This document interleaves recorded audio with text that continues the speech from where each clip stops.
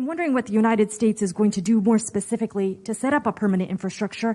And relatedly, is the United States willing to make a specific allocation for Ukrainian refugees? And for President Duda, I wanted to know if you think, and if you asked the United States to specifically accept more refugees.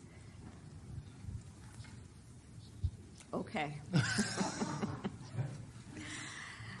A friend in need is a friend indeed. Okay, I can first.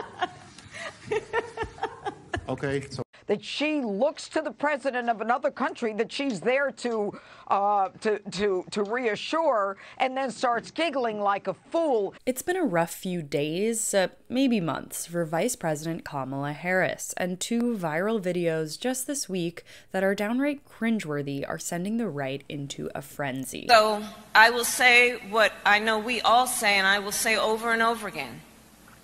The United States stands firmly with the Ukrainian people in defense of the NATO alliance.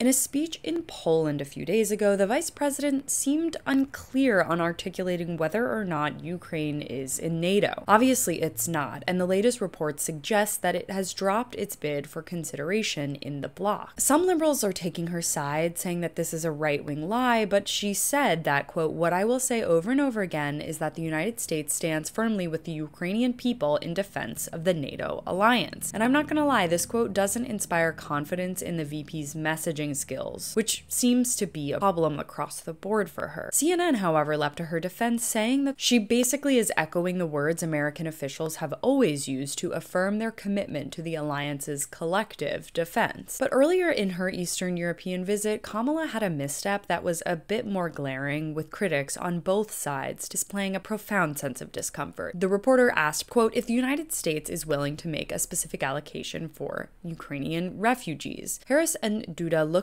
to each other, seeming to expect the other to respond first before chuckling out of apparent nervousness. Harris went on to respond, "A friend in need is a friend indeed," and then laughed at her corny line. I haven't seen any coverage of this on CNN, but the rest of the internet was ablaze with criticism for the poorly timed joke. Of course, right-wingers were the loudest to criticize Harris, with Judge Jeanine calling her an embarrassment on Fox News. But perhaps the harshest criticism came from Ukrainian President Zelensky's own former press secretary, who in a since-deleted tweet wrote that it would be, quote, a tragedy if she ever became president. Of course, she's been thrust into the spotlight in a dire moment for the region, and I do think she has an unfortunate habit of laughing when uncomfortable, which is something a lot of women do. Still, this moment in particular was extremely unfortunate and doesn't inspire confidence in her ability to lead with stoicism in some very serious moments. Thanks so much for watching. You can follow me on all platforms at Caro Johnson 917.